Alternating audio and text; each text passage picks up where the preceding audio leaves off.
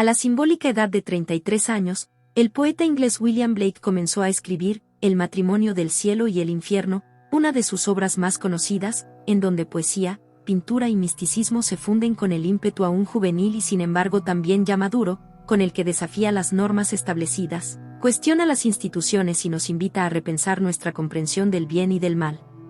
El libro está compuesto de diversas partes, destacándose especialmente los proverbios del infierno, gemas de sabiduría subversiva cuya intención es revelar la naturaleza represiva de la moralidad convencional y la religión institucionalizada. A continuación sus 70 sentencias. En tiempo de siembra, aprende; en tiempo de cosecha, enseña; en el invierno, disfruta. Conduce tu carro y tu arado sobre los huesos de los muertos. El camino del exceso conduce al palacio de la sabiduría. La prudencia es una rica y fea solterona cortejada por la incapacidad. Quien desea pero no actúa, engendra pestilencia. El gusano perdona al arado que lo corta. Sumerge en el río a quien ama el agua. El necio no ve el mismo árbol que el sabio. Aquel cuyo rostro no irradie luz, nunca se convertirá en estrella. La eternidad está enamorada de las producciones del tiempo. La abeja laboriosa no tiene tiempo para la tristeza. Las horas de la necedad son medidas por el reloj, pero las de la sabiduría, ningún reloj puede medirlas. Toda comida sana se obtiene sin red ni trampa. Saca a relucir números, pesas y medidas en un año de escasez. Ningún pájaro vuela demasiado alto, si vuela con sus propias alas. Un cadáver no se venga de las injurias. El acto más sublime es colocar a otro delante de ti. Si el necio persistiera en su necedad, se volvería sabio.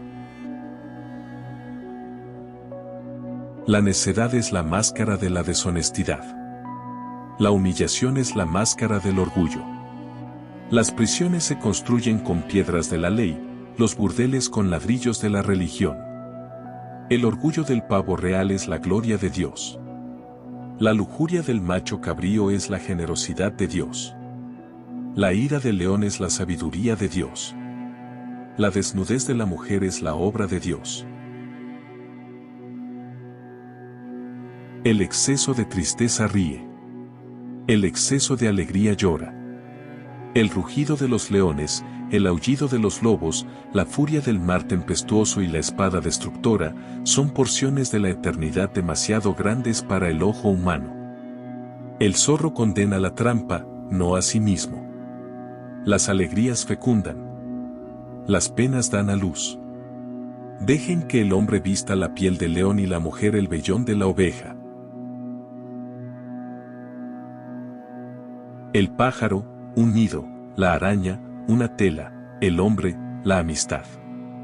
El tonto egoísta y sonriente, y el tonto huraño y ceñudo serán tenidos por sabios y la vara de medir. Lo que ahora se demuestra fue una vez solo imaginado. La rata, el ratón, el zorro, el conejo, cuidan de las raíces; el león, el tigre, el caballo, el elefante, de los frutos. La cisterna contiene, la fuente rebosa. Un pensamiento llena la inmensidad. Estate siempre dispuesto a decir lo que piensas, y el vil te evitará.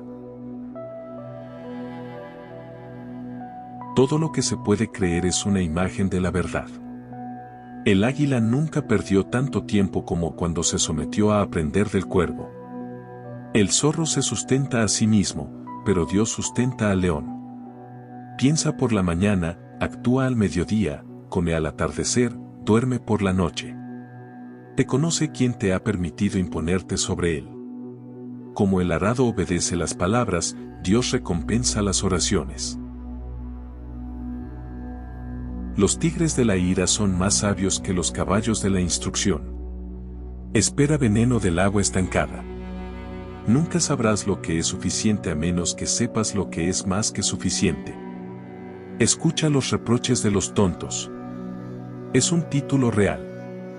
Los ojos de fuego, la nariz de aire, la boca de agua, la barba de tierra. El débil en coraje es fuerte en astucia.